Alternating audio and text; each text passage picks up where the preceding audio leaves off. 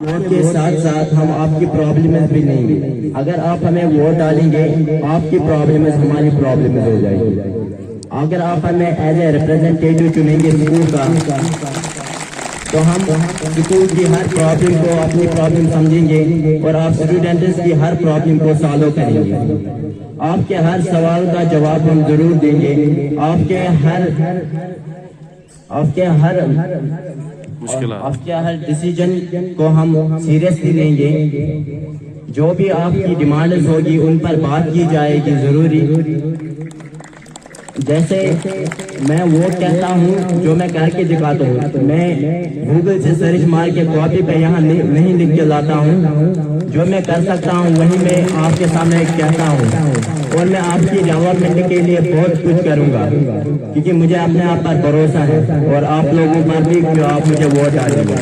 اور میرا جو چناؤ نشان ہے وہ فٹ بال ہے. Thank you.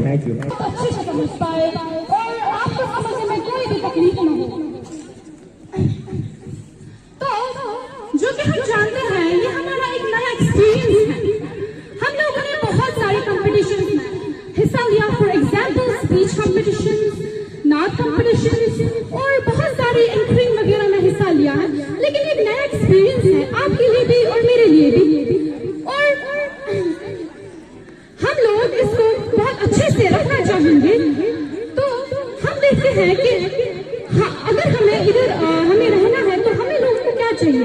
ایک سیکرٹری چننے کے لیے ہم لوگوں کو ایسا بننا چاہیے, ایسے ہونے چاہیے کہ جو کیپیبل ہو, جو ایسا ہوگا جس کو بات کرنا آنا چاہیے, جس کو بہت اچھے طریقے سے ٹیچرز کو کنوینس کرنا آنا چاہیے, جو کل کو آپ کی باتیں ٹیچرز تک پہنچا سکے. کیا میں ٹھیک کہہ رہی ہوں؟ تو